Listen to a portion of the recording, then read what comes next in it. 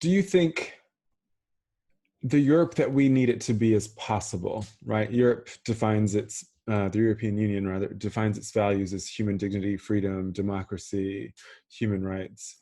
Um, and so often we see that it doesn't live up to those values unless people are white. Do you think it's possible, the Europe that we need it to be? Do you think it's possible?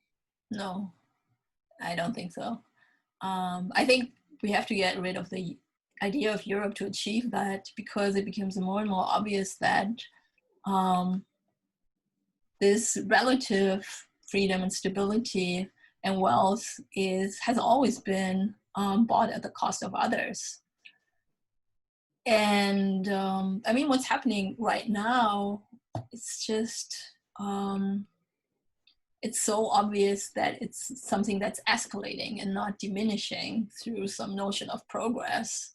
So what Europe is doing, has been doing for decades, is, to put it friendly, accepting the death of tens of thousands of people at its borders each year. You could also frame it as a more proactive move on the side of the Europeans.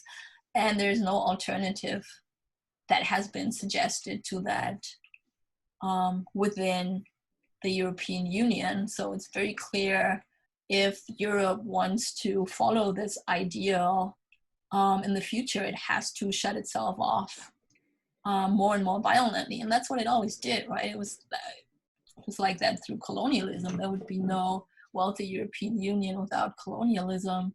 So this is something that was always, this is a kind of, it is a kind of progress, it is a kind of freedom, it is a kind of stability, but not because it's the more advanced, better model, but because it had this huge surplus population elsewhere that could be exploited to achieve that. That's just how it is. And yeah, that's why to achieve that on a broader scale, not only for white Europeans, I think Europe has to go.